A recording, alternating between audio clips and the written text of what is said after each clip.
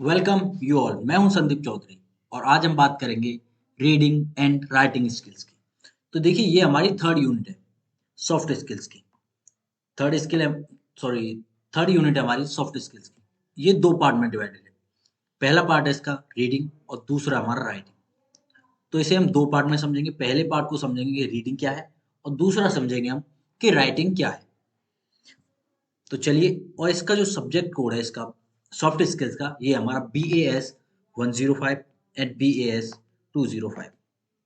ये हमारा इसका सब्जेक्ट कोड है। अब बात करते हैं इसकी टॉपिक्स की कि इनमें हम क्या क्या टॉपिक्स पढ़ेंगे। तो content to be discussed in it. Reading style में हम क्या पढ़ेंगे? Skimming, scanning, churning and assimilation. ये हमारी प्रोसेसेस हैं इसकी।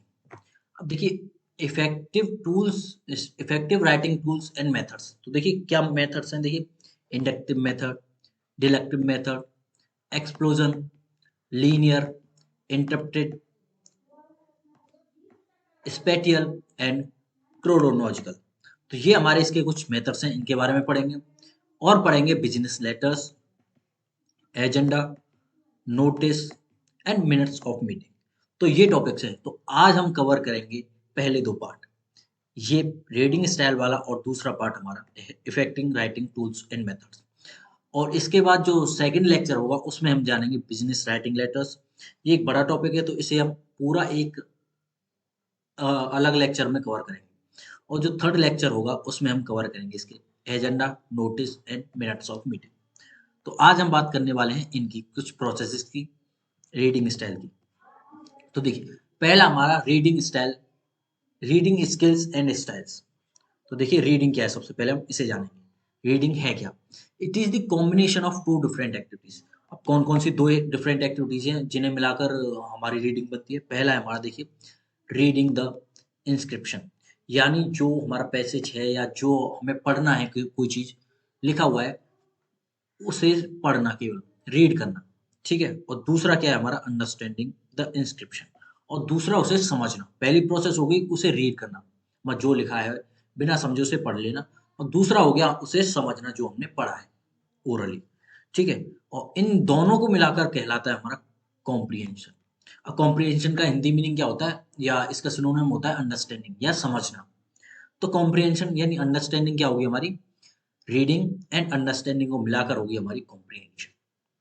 So both these activities complete the process of reading, which we do name as comprehension. ठीक है। अब रीडिंग रीडिंग हो गई। अब रीडिंग स्किल्स क्या होती हैं? जो भी चीज हमें रीडिंग करने में हेल्पफुल हो, हमें मदद करे रीडिंग करने में, वो होती है हमारी रीडिंग स्किल्स। तो देखिए क्या क्या है वो हमारी skills which help us out to read and to understand the written inscription better. जो हमारा इंस्क्रिप्शन है या हमारा पैसेज है, कोई वो लिखा हुआ है, उसे बेटर तरीके से पढ़ने में मदद करे, वो होती है हमारी रीडिंग स्किल्स। ठीक है। और उन्हीं रीडिंग स्किल्स को हम दूसरा नाम देते हैं कॉम्प्रिहेंशन स्किल्स। ठीक है। अब देखिए, एक टॉपिक और है इसमें, reading skill and its importance. अब रीडिंग स्किल्स क्या है ये तुमने जान लिया, लेकिन उसकी इम्पोर्टेंस और क्या है हमारी रीडिंग स्किल की, यानी अगर हमारी रीडिंग स्किल अच्छी होगी तो वो हमें क्या क्या फायदे देगी। तो देखिए, पहला है हमारा रीडिंग स्किल्स हमारी ठीक होंगी तो क्या कहाँ पर काम आएंगी वो? पहला, प्रोफेशनल वर्ल्ड में, या प्रोफेशनल वर्ल्ड मीन्स जहाँ पर हम कोई काम करते हैं, हमारा ऑफिशियल वर्क को हम कह सकते हैं उसे। क्योंकि देखिए, आप कहीं पर काम कर रहे हो तो कहीं ना कहीं आपको स्पीच देने की जरूरत पड़ जाती है। तो आपकी रीडिंग स्किल्स अगर अच्छी होंगी तो आपको कोई पेज भी दिया गया होगा स्पीच के लिए, तो आप उसे अच्छी तरह से पढ़ सकते हो बिना हेजिटेशन के और एक पर्टिकुलर फ्लुएंसी के साथ में। दूसरा हमारा अकेडमिक वर्ल्ड में भी ये हमारे हेल्पफुल होता है, क्योंकि देखिए जो टीचर्स या स्टूडेंट होते हैं तो वो भी बुक्स को पढ़ते हैं, तो उनके लिए भी एक फ्लुएंसी होती है कि उन्हें किस तरीके से पढ़ना है। फिर है हमारा इंडस्ट्रियल वर्ल्ड, वहां भी यूज होता है इसका इंडस्ट्रियल वर्ल्ड में। देखिए, understand the content more deeply. अब देखिए, रीडिंग स्किल्स हमें क्या क्या वो हमारी हेल्पफुल होती है किस चीज में? कि जो कंटेंट है उसे डीपली समझने में, यानी बिटवीन द लाइन समझने में। ये मैं फ्रेज आपको बता चुका हूँ, बिटवीन द लाइन्स का मतलब ये होता है फाइंड द हिडन मीनिंग। ठीक है, reading skills help to out build confidence. अगर आपकी देखिए रीडिंग स्किल्स अच्छी हैं तो आपका कॉन्फिडेंस डेवलप होगा। फिर आपका और कहाँ पर मदद करती है, to extend knowledge of the subject. आप देखिए किसी चीज को पढ़ते हैं तो आपकी नॉलेज भी एक्सटेंड करती है, डेवलप होती है, आप और बेहतर जानने की कोशिश करते हैं उसके अंदर। फिर आपका वेज टू इम्प्रूव कॉम्प्रीहेंशन। देखिए कॉम्प्रीहेंशन को इम्प्रूव करने के या उसे ठीक करने के हमारे क्या क्या तरीके हैं। ठीक है, उन्हें अच्छा बनाने के लिए हम क्या क्या तरीके इस्तेमाल कर सकते हैं कॉम्प्रीहेंशन स्किल्स को। तो देखिए हमें ज्यादा से ज्यादा मटेरियल पढ़ना चाहिए, जो मटेरियल या कंटेंट है वो ज़्यादा से ज़्यादा हो किसी टॉपिक को लेकर। तो देखिए हमारा टॉपिक बड़ा होगा, अगर मैं कोई एक टॉपिक के बारे में ज़्यादा जानेंगे तो हमारी जो है नॉलेज भी बढ़ेगी और हम किसी को भी अच्छी से पढ़ सकते हैं। फिर read a fairly long portion. अब देखिए जो पोर्शन है किसी भी पैसेज का, एक टाइम में वो हमें बड़ा पढ़ना चाहिए। जैसे हमारा कोई पैराग्राफ है तो हम ऐसा नहीं करेंगे एक एक लाइन को पढ़ें, हम उसे एक बार में पढ़ने की कोशिश करेंगे, तो हमारा रीडिंग स्किल्स अच्छी होंगी इससे। अब देखिए उसमें क्या होगा, आप रीडिंग कर रहे हैं उस टाइम, अब जो अननोन वर्ड्स हैं आप उन्हें सर्किल कर सकते हैं, अंडरलाइन कर सकते हैं आपने, या कोई ऐसा नोटेशन और कर सकते हैं जिससे आपको वो इजीली मिल जाए। तो आप सर्किल कर सकते हैं। आप देखिए, अब देखिए after reading recall as much as possible. आप देखिए जब कोई लॉन्ग पोर्शन पढ़ते हैं किसी चीज का, तो आप पीछे वाला भूलता जाते हैं, पीछे वाला जो है पोर्शन आप उसे धीरे धीरे भूलते जाते हैं और नया वाला पढ़ते जाते हैं। तो आपको क्या करना है कि रीडिंग के टाइम पर रिकॉल करते रहना है पीछे, जैसे ही आपको पॉज मिलता है तो पीछे वाले को रिकॉल कीजिए एक साथ। देखिए पूरे को तो आप रिकॉल नहीं कर सकते, लेकिन आपके कुछ इंपॉर्टेंट पॉइंट्स होते हैं या इंपॉर्टेंट वर्ड्स होते हैं, उन्हें आप रिकॉल करते रहेंगे तो आपको याद रहेगा कि आपने क्या क्या बोला था। फिर आपका फ्रेम योर ओन क्वेश्चन। अब देखिए आपने जैसे ही रीडिंग की और आपने समराइज किया, तो उसके बाद में क्वेश्चंस डेवलप करें कि अरे अगर ऐसे क्वेश्चन होगा इसके अंदर तो उसका आंसर कहाँ से लिखेंगे हम। तो देखिए आप ये कैसे डेवलप करते हैं, जैसे आपके देखिए आप जब फोर्थ या फिफ्थ क्लास में होते हैं तो क्या होता है कि टीचर्स आपको क्वेश्चन देते हैं बुक में से और कहते हैं कि यहाँ से यहाँ के पोर्शन का बीच का आपका इसका आंसर है, बुक में टिक लगवा देते हैं। तो वही होता है हमारा क्वेश्चन आंसर देना उसी पैराग्राफ में से। अगर आप कंपटीशन की तैयारी करते हैं तो वहां पर भी आपका कॉम्प्रिहेंशन स्किल यूज होती है, क्योंकि ये पैसेज होता है उसमें भी आप उसे पढ़ते हैं समझते हैं और उसके बाद में उसका आंसर करते हैं। फिर आपका देखिए techniques of good for good comprehension. आपकी क्या क्या टेक्निक्स होती हैं आपकी गुड कॉम्प्रिहेंशन के लिए। पहली है देखिए स्किमिंग। स्किमिंग का मतलब होता है देखिए ओवरव्यू लेना किसी चीज का, या समरी कहते हैं हम जिसे, कि ओवरव्यू लेना किसी चीज का। आपको देखिए आप मान लीजिए आपको 4 या 5 पेज का कोई पैराग्राफ है या कोई है, तो उसके अंदर देखिए हेडिंग्स होती हैं, तो उसकी हेडिंग्स को केवल पढ़ लेना आपका स्किमिंग होता है। जनरली ये कब यूज करते हैं हम, देखिए न्यूज़पेपर पढ़ते हैं तो केवल ऊपर वाली हेडिंग देखते हैं और उसके बाद में ओवरव्यू की तरह उसे पढ़ लेते हैं। तो ये होता है हमारा स्किम, यानी केवल ओवरव्यू लेना किसी चीज का। स्कैनिंग। अब स्कैनिंग कब करते हैं, देखिए आप स्कैनिंग करते हैं आपको जब कोई वर्ड सर्च करना हो किसी में। आपका कोई पेज है, आर्टिकल लिखा हुआ है उसमें, आप उसमें कोई एक वर्ड सर्च कर रहे हैं। जैसा देखिए हमारे इसमें मैं मुझे सर्च करना हमारा टाइप। तो देखिए इस पूरे में ओवरव्यू लूंगा, बाकी सब जो टाइप है उसे छोड़कर बाकी सबको स्किप करूंगा, केवल जो जैसे ही टाइप आएगा मैं उसे देख। ये होता है हमारा स्कैनिंग करना, यानी स्कैन करना एक पर्टिकुलर वर्ड को। अब ये सर्च बार जो है आपका, उसमें आप कोई भी पीडीएफ है आपकी वहां पर लिख देते हो उसका नाम, कोई भी चीज है, जैसे हेडलाइन है। अब हेडलाइन देखूंगा तो देखिए जो कुछ भी न्यूज़पेपर है सब कुछ है, ये कुछ नहीं दिखेगा, केवल आपको ये हेडलाइन देखनी है तो यही दिखेगा आपको। तो यही होती है हमारी स्कैनिंग करना। ठीक है, फाइंडिंग अ स्पेसिफिक इंफॉर्मेशन और वर्ड। अब देखिए एग्जांपल देखिए, finding your name in the article. तो ये क्या होगी हमारी स्कैनिंग। अब चर्निंग क्या होती है, देखिए ये है हमारी एक स्मॉल प्रोसेस। चर्निंग देखिए अब चर्निंग क्या होता है, चर्निंग क्या होता है देखिए, अगर कोई वर्ड है, जैसे मैंने अभी स्कैन किया था कोई वर्ड, कर लिया था मैंने, जैसे कोई, जैसे रीडिंग है मेरा, जैसे अगर इसी में मैंने कोई और वर्ड कर लिया जैसे रीडिंग बिटवीन दी लाइन्स। अब ये कर लिया, अब इसका मतलब ये है कि इसके अंदर सर्च करना मुझे वर्ड। अब चर्निंग क्या होता है, कोई वर्ड लिया हमने, अब जैसे हम कोई पैराग्राफ पढ़ रहे हैं तो मैंने कोई एक लाइन पढ़ी उसमें से, तो उस लाइन का हिडन मीनिंग जानना यानी उसके बारे में और नॉलेज लेना मेरा कहलाता है चर्निंग। तो देखिए आप समझ चुके हैं, पहला क्या है हमारा स्कैनिंग, ये पहला हमारा स्किम यानी जल्दी से ओवरव्यू ले लेना, ओवरव्यू। और देखिए जो अब हमारा चर्निंग है वो इसका अपोजिट है, ओवरव्यू नहीं लेना, जबकि ओवरव्यू की जगह पे क्या करना है, उल्टा करना है इसका, कि अगर कोई वर्ड है तो उसे डीपली समझना, उसके और सिनोनियम्स या और उसके मतलब को समझना। इसके नेम हो गया हमारा किसी एक पर्टिकुलर वर्ड को सर्च करना। अब आता है हमारा असिमिलेशन। अब असिमिलेशन क्या होता है, देखिए comprehending the text, it refers to the comprehension of the text. अब देखिए कैसे इसमें क्या होती है, प्रोसेस होती है, क्या क्या होता है इसमें देखिए प्रोसेस। अब क्या क्या इन्वॉल्व होता है, skimming, scanning and churning processes. इन सभी की एंड प्रोसेस को कहते हैं हम असेमिलेशन, यानी एकत्रित कर देना, असे असेंबल कर देना हम कह सकते हैं इसे। तो असेंबल का मतलब होता है देखिए इंक्लूड। अब इंक्लूड क्या क्या हो रहा है देखिए, इसमें सब कुछ ओवरव्यू लेना, सर्च करना किसी वर्ड को, या किसी वर्ड के बारे में जानना, ये तीनों प्रोसेस हमारी इंक्लूड हो गई, यही होता है हमारा असेमिलेशन। अब आता है हमारा राइटिंग स्किल्स। अब राइटिंग स्किल्स क्या क्या है देखिए, writing is an art to express your thoughts and ideas in written form effective. अब देखिए राइटिंग स्किल्स क्या होती हैं, आप कुछ भी लिख रहे हैं या आपके दिमाग में कुछ भी है, आप उसे नोटबुक में या कहीं भी लिख रहे हैं, तो उसे इतना इफेक्टिवली लिखें कि आपके जो आइडियाज हैं एज इट इज पहुंच जाए। जैसे कि देखिए हमारी बुक्स में हमारी स्टोरीज आती हैं या आर्टिकल्स आते हैं, तो वहां पर ये राइटिंग स्किल्स यूज की जाती हैं। ऐसे दिखाया जाता है जैसे कि आप खुद उसको व्यू कर रहे हैं, होते वर्ड्स हैं लेकिन आप फिर भी उसे इमेजिन कर पाते हैं। तो यही होती है हमारी writing skill. It is an art to express your thoughts and ideas in the written form effectively. ठीक है। अब क्या है हमारा, अब इसकी वजह से क्या होता है, जो रीडर है उस पर एक इम्पैक्ट पड़ता है हमारा। आपने देखा होगा कि हमारी जो न्यूज़ है उन्हें इफेक्टिव बनाते हैं, ऐसी बनाते हैं कि उसे कोई भी पढ़ पाए इजीली, और इतना इंटरेस्ट हो उसके अंदर कि वो और ज़्यादा पढ़ने की कोशिश करे। तभी तो इतने बड़े न्यूज़पेपर को एक आदमी पढ़ सकता है इजीली।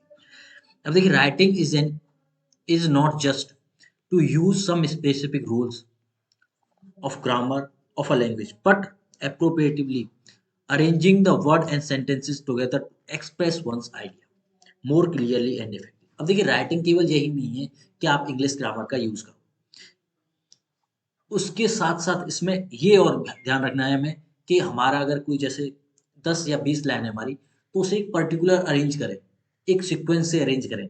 तो यही होती है हमारी राइटिंग स्किल्स। आप देखिए अब अगर किसी भी सीक्वेंस को कहीं भी अरेंज कर दोगे, या आपकी देखिए बुक का टॉपिक है या कोई हमारा पैराग्राफ है, उसे आप इन ऑर्डरली अरेंज करते हैं आप उनकी लाइंस को, तो आप पढ़ नहीं पाएंगे कि ये हो क्या रहा है।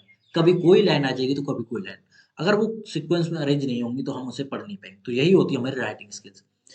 केवल ग्रामर को ही ध्यान में ही नहीं रखना है, ये भी ध्यान रखना है कि उनकी सीक्वेंसिंग अच्छे से हो, जिससे वो हमारा अच्छे से समझ पाए रीडर, और इफेक्टिव भी हो हमारा।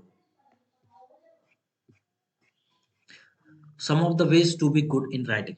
अब देखिए क्या वेज हैं कि हमारा जो राइटर है वो अच्छा हो लिखने में। तो देखिए क्या क्या हमें यूज करना चाहिए, हैव समथिंग टू से, हमारे पास कुछ ना कुछ होना चाहिए कहने के लिए या लिखने के लिए।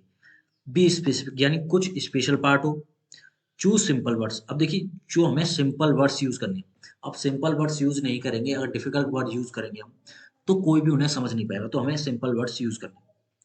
Writing short sentences. अब देखिए शॉर्ट सेंटेंसेस लिखनी चाहिए। अब देखिए आप लॉन्ग पोर्शन लिखेंगे किसी भी सेंटेंस का, तो देखिए आपको भी कंफ्यूजन होगा लिखने में और सामने वाले को समझने में भी होगा। आपकी एरर्स भी आ सकती हैं, ग्रामेटिकल एरर भी आ सकती हैं आपकी। तो हमें शॉर्ट सेंटेंसेस यूज करनी चाहिए जिससे रीडर हमारा इजीली पढ़ सके।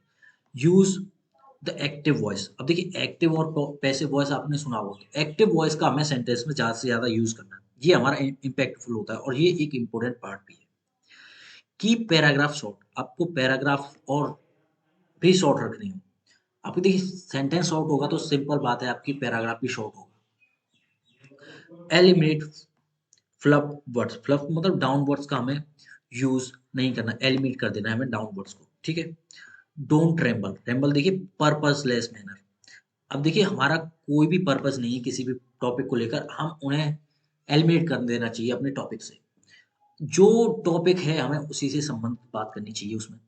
अगर हमारा कोई पैराग्राफ है, देखिए अगर कोई भी हमारा पैराग्राफ है स्टडी से रिलेटेड, तो हमें उसी स्टडी के ऊपर बात करनी चाहिए। ये नहीं है कि आप फिजिक्स की बात कर रहे हैं तो कहीं से इंग्लिश या कोई और टॉपिक ले आए उसके अंदर।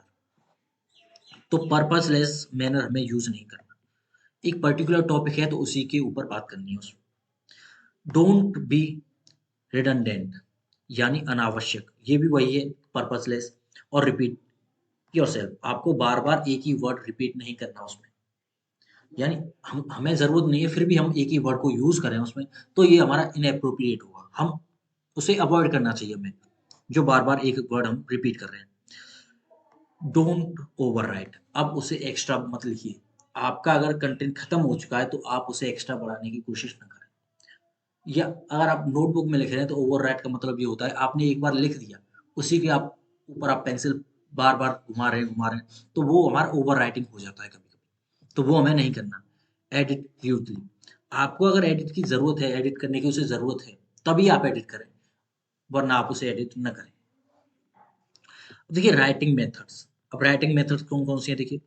पहला हमारा इंडक्टिव, दूसरा डिडक्टिव, सॉरी डिडक्टिव, तीसरा एक्सप्लोजिशन, क्रोनोलॉजिकल, फिफ्थ है हमारा spatial, six linear, seventh interpretive. तो ये हमारे कुछ मेथड्स हैं इसके राइटिंग स्किल्स के। तो राइटिंग की मेथड पहला देखिए इंडक्टिव क्या है। इंडक्टिव का मतलब ये होता है कि फैक्ट्स इंक्लूड हो हमारी किसी राइटिंग में। जैसे हम कुछ लिख रहे हैं तो उसमें हमारे फैक्ट्स हमारे इंक्लूड हो। तो देखिए जैसे हमारा present facts and then wrap them up with conclusion. अब देखिए फैक्ट होगा और उसका एक कंक्लूजन भी हो। हाँ, तो ये होता है हमारा इंडक्टिव मेथड, हमारे फैक्ट भी हो और कंक्लूजन भी हो। देखिए जैसे कि if you want your audience to discover new things with you, then inductive writing might make senses. ठीक है। अब देखिए डिडक्टिव मेथड क्या है। अब देखिए इंडक्टिव का मतलब हो गया फैक्ट, और फैक्ट को सपोर्ट करने के लिए अगर हमारे पास कोई स्टेटमेंट है तो वो होता है हमारा deductive method. Present a thesis, अब देखिए कोई फैक्ट होगा उसी की कोई थीसिस होती है, तो ये प्रेजेंट्स अ थीसिस यानी देन प्रोवाइड सपोर्टिव फैक्ट्स। अब देखिए फैक्ट्स को जो सपोर्ट करे वो होती है हमारी थीसिस, तो हमारी थीसिस इन्वॉल्व हो इसमें, तो वही होती है हमारी डिडक्टिव मेथड। देखिए इंडक्टिव में होगी हमारी फैक्ट, और फैक्ट को सपोर्ट करने के लिए अगर कुछ है हमारे पास तो वो होगी हमारी डिडक्टिव मेथड। एक्सपोजिटरी, एक्सपोजिटरी क्या क्या मतलब है, एड डिटेल्स। अगर कोई टॉपिक है उसके ऊपर हमारी डिटेल्स हैं कुछ, तो ये होगा हमारा एक्सपोजिटरी मेथड। तो देखिए exposition is a type of oral और writing discourse that it is used to explain, describe, give information or inform। अब देखिए इसका मतलब क्या है, ये वही है जो मैंने अभी कहा है कि हम कुछ डिस्क्राइब करें या उसके लिए कुछ वर्ड्स यूज करें या डिटेल्स यूज कर दें, उसके बारे में कोई इंफॉर्मेशन ऐड कर दें, तो यही होती है हमारी एक्सपोजिटरी मेथड। देखिए और देख लीजिए इसके, creator creator of an explanatory text can not assume that the reader or listener has prior knowledge or prior understanding of the topic that is being discussed। अब देखिए इसका मतलब क्या है, ये हमें ये जो टाइप का मेथड है ये क्या शो करने की कोशिश करता है कि जो पढ़ने वाला है उसे कोई नॉलेज नहीं है, तो हम उसे टोटल नॉलेज दें, टोटल फैक्ट्स दें, कंक्लूजन्स दें, या जो भी थीसिस है और उसके साथ साथ उसकी पूरी डिटेल्स दें, तो यही होती है हमारी एक्सपोजिटरी मेथड। अब देखिए क्रोनोलॉजिकल मेथड क्या होता है। अब देखिए क्रोनोलॉजिकल का मतलब यही होता है, क्रोनोलॉजी का, कि अरेंजमेंट हो कोई, तो हमारे जो भी वर्ड्स हैं उनका अरेंजमेंट हो, सेंटेंसेस का भी अरेंजमेंट हो। सेंटेंसेस मीन यानी arrangement of events by time. अब देखिए टाइम जो है, टाइम के अकॉर्डिंग कि आज क्या हुआ, कल क्या हुआ, और उससे पहले क्या हुआ था हमारा, तो ये क्रोनोलॉजी में अरेंजमेंट हो, एक तरफ से चलते हैं टाइम के अकॉर्डिंग, तो यही होता है हमारे क्रोनोलॉजिकल। अरे क्रोनोलॉजी से आप समझ सकते हैं कि हमारा होता है अरेंजमेंट, अरेंजमेंट किसके अकॉर्डिंग, टाइम के। We arrange the events in the order by in which they occur in time. Spatial arrangement क्या होता है। अब देखिए ये क्या होता है, फिजिकल लोकेशन के अकॉर्डिंग हमारी अरेंजमेंट होता है। जैसे कि देखिए हमारे इंडिया का मैप अगर देखेंगे आप, तो देखिए अगर साउथ से चलते हैं आप तो नॉर्थ की तरफ जाएंगे, अगर यहीं पर नॉर्थ से साउथ, ईस्ट वेस्ट, आइदर कहीं भी घूम सकते हैं। तो देखिए एक प्रॉपर लोकेशन के अकॉर्डिंग जाएंगे कि पहले वहां पर आया, जैसे हमारे माउंटेन रेंजेस होते हैं हमारे, आपने देखे होंगे कि ऊपर हमारे माउंटेन रेंजेस है, तो वो भी एक पर्टिकुलर सीक्वेंस में रेंज है, लोकेशन है उनकी। अगर इस सीक्वेंस में बात करेंगे हम, तो होगा हमारा स्पेटियल अरेंजमेंट, यानी हम फिजिकल लोकेशन को एक पर्टिकुलर अरेंजमेंट में काउंट करें या उसे पर्टिकुलर अरेंजमेंट में लिखें। तो देखिए यही हमारा when the items are arrange in order of their physical location. तो फिजिकल लोकेशन में उन्हें लिखना हमारा होगा स्पेटियल मेथड। देखिए ये भी हमारा focus is on location, time is ignored. देखिए इसमें टाइम इग्नोर हो जाता है, केवल फोकस करते हैं हम हमारा जो लोकेशन है। जैसे कि हमारे देखिए स्टेट्स है हमारे, अगर नॉर्थ से साउथ चलेंगे तो देखिए एक उसमें सीक्वेंस में चले तो ही बेहतर है। अगर हम कहीं जैसे कभी हमारा जम्मू कश्मीर, सॉरी, हमारा पंजाब आया, उसके बाद में सीधा हमने यूपी ले लिया, उसके बाद में हमने केरल ले लिया, फिर हमारा गुजरात आ गया, तो देखिए इन ऑर्डर हो गया ये। अब यहीं पर बात करें एक सीक्वेंस में चलेंगे हम, तो ये हमारा हो गया स्पेटियल मेथड। देखिए लीनियर मेथड क्या है हमारा, लीनियर मेथड को समझने की कोशिश कीजिएगा। लीनियर होता है हमारा एक लीनियर, आप समझ सकते हैं कि लीनियरली वे में। देखिए linear writing is when a writer start at the beginning and flows through the end. अब देखिए स्टार्टिंग से एंड हो, स्टार्ट करे स्टार्टिंग से और एंड करे उसके पर्टिकुलर एंड पर, यानी एक लीनियरली चलता रहे धीरे धीरे और उसे एंड में खत्म कर दे। जैसे कि हमारी देखिए मूवीज होती हैं, अगर उन्हीं को उनका जो फॉर्मेट होता है वो होता है हमारा लीनियर। एक पॉइंट से स्टार्ट हो रही है तो कहाँ पर खत्म करना है, उनका एक स्पेशल पॉइंट होता है। तो एक लीनियर वे में चलती रहती है हमारी स्टोरीज। कहीं कहीं पर देखिए हम इन्हें बैक में भी रिवर्स में ले जाता है वो अलग बात है, लेकिन अगर पर्टिकुलर देखें तो ये होती है हमारी लीनियर मेथड। जैसे किसी की बायोग्राफी होती है वो हमारी लीनियर होती है। अगर किसी की बायोग्राफी लिखी हुई है तो वो एक लीनियर होती है कि उसने कहाँ से स्टार्ट की थी और कहाँ तक वो लास्ट में उसकी डेथ हुई है, अब कहाँ पर है इस वक्त वो। और नॉन लीनियर क्या हो गया, जब हम स्टोरीज लिखते हैं तो वो क्या होती है, लीनियर, नॉन लीनियर। ठीक है, जो वो होती है हमारी आउट ऑफ ऑर्डर, कहीं से कहीं भी होती है। बायोग्राफीज हमारी लीनियर होंगी और वहीं पर जो मूवीज गोल्ड माइंस होती है, जैसे कि हम, सॉरी, थिंकिंग की जो मेमोरीज होती हैं, यहाँ पर हम एक ट्विस्ट मिलता है हमें, एक अरेंजमेंट मिलता है, ट्विस्ट होता है उनका, तो वो होता है हमारा in order, sorry, non linear, और इन ऑर्डर भी बोल सकते हैं उसे। अब है हमारा सेवंथ पॉइंट, इंटरप्टेड मेथड। अब इंटरप्टेड मेथड क्या होता है, जहाँ पर देखिए हम यूज करें स्टेटमेंट्स का, क्वेश्चंस का और एक्सक्लेमेशंस का, तो ये होता है हमारा इंटरप्रेट। अब देखिए इंटरप्रेट का मतलब यही होता है कि किसी को इंटरप्ट कर देना। अब देखिए यहाँ पर आप बोल तो नहीं रहे हो किसी को इंटरप्ट करने के लिए, लेकिन आप लिख रहे हो तो वहां पर आप क्वेश्चनिंग कर सकते हैं कि क्या ये अब तक जो लिखा हुआ है वो सही है, तो क्वेश्चन मार्क लगा दिया आपने वहां पर ऐसे, तो आप ऐसे इंटरप्ट कर सकते हैं। यही होता है आपका इंटरप्रेट मेथड। आप पढ़ भी सकते हैं, देखिए एक बार इसे। Interpret method is a word word group, a statement, question और explanation that interrupts the flow of sentence। अब देखिए ये जो है ब्रैकेट में लिखा हुआ है, ये भी क्या कर रहा है, मुझे यहाँ पर इंटरप्ट कर रहा है। यहाँ पर अगर देखने की कोशिश करें तो ये ब्रैकेट में क्या कर रहा है, इंटरप्शन कर रहा है। Exclamation date source, group date source, group के बाद में जो डेट लगा हुआ है ये इंटरप्ट कर रहा है। ग्रुप और डेट के बीच में देखिए ये इंटरप्शन आ गया हमारा।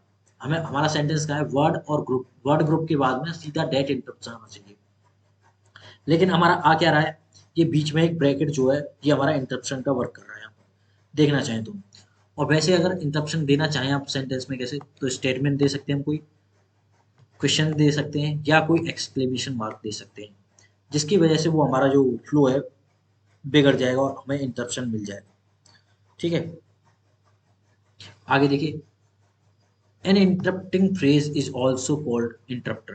देखिए जो इंटरप्टेड फेज होगा वो हमारा इंटरप्टर कहलाएगा। जैसे देखिए ये पार्ट है, ये हमारा इंटरप्टर है। अब देखिए मुझे पढ़ना है केवल ये, और ये क्या कर रहा है, मुझे इंटरप्ट कर रहा है, ये वाला पार्ट। तो ये हो गया हमारा इंटरप्टर भी कहलाएगा ये। ठीक है, इसके आगे देखिए, as well as when we write to show different activities executed in different tenses, this shows the interruption to the thoughts. तो देखिए अब तक जो पढ़ चुके हैं हम, ये हो गया हमारा इंटरप्रेट मेथड। अब इनके मेथड्स हो गए, अब इनके बाद में जो पढ़ेंगे हम वो होंगे हमारे बिजनेस के बारे में। तो इन्हें पढ़ेंगे हम नेक्स्ट लेक्चर में। आज के लिए इतना ही।